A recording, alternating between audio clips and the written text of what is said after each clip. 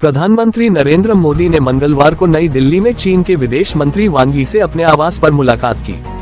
इससे पहले राजधानी में वांग यी के साथ कई उच्च स्तरीय वार्ताएं हुई थीं।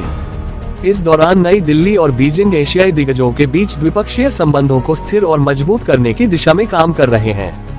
टॉप चीनी अधिकारी की प्रधानमंत्री के साथ बैठक से पहले दिन में राष्ट्रीय सुरक्षा सलाहकार अजीत डोभाल और सोमवार को विदेश मंत्री एस जयशंकर के साथ उनकी उच्च स्तरीय वार्ता हुई थी।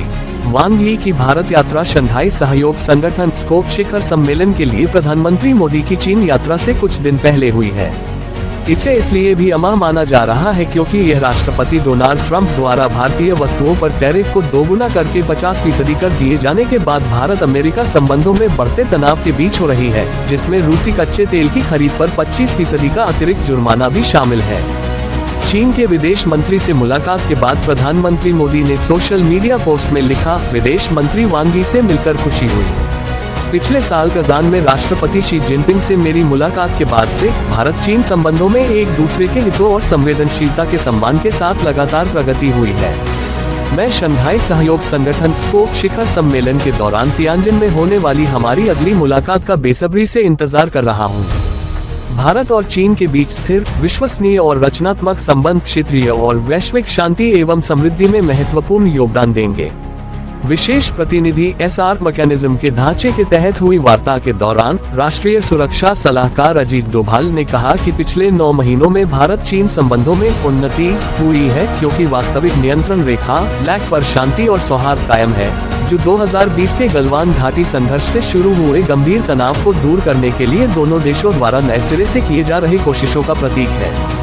उन्होंने कहा, सीमाएं शांत है, शांति और सौहार्द बना हुआ है और हमारे द्विपक्षीय संबंध और भी मजबूत हुए हैं। डोभाल ने औपचारिक रूप से ये भी ऐलान किया कि प्रधानमंत्री नरेंद्र मोदी 31 अगस्त और 1 सितंबर को तियानजिन में एशिया शिखर सम्मेलन में भाग लेने के लिए चीन जाएंगे।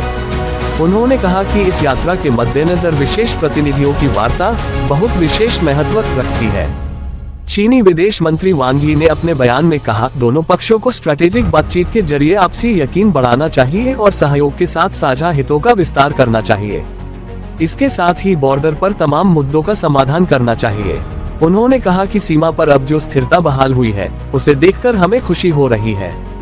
उन्होंने आगे कहा, अब द्विपक्षीय संबंधों में सुधार और विकास का एक अच्छा मौका है।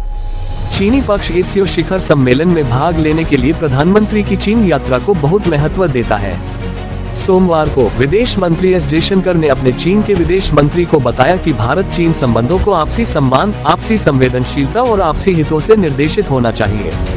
उन्होंने कहा कि हमारे संबंधों में एक कठिन दौर देखने के बाद अब हमारे दोनों राष्ट्र आगे बढ़ना चाहते हैं। इसके लिए दोनों पक्षों की तरफ से एक स्पष्ट और रचनात्मक नजरिए की जरूरत है। इस कोशिश में हमें 3 सिद्धांतों पारस्परिक सम्मान, पारस्परिक संवेदनशीलता और पारस्परिक हित द्वारा निर्देशित होना चाहिए। मतभेद विवाद नहीं बनने चाहिए, न ही प्रतिस्पर्धा संघर्ष।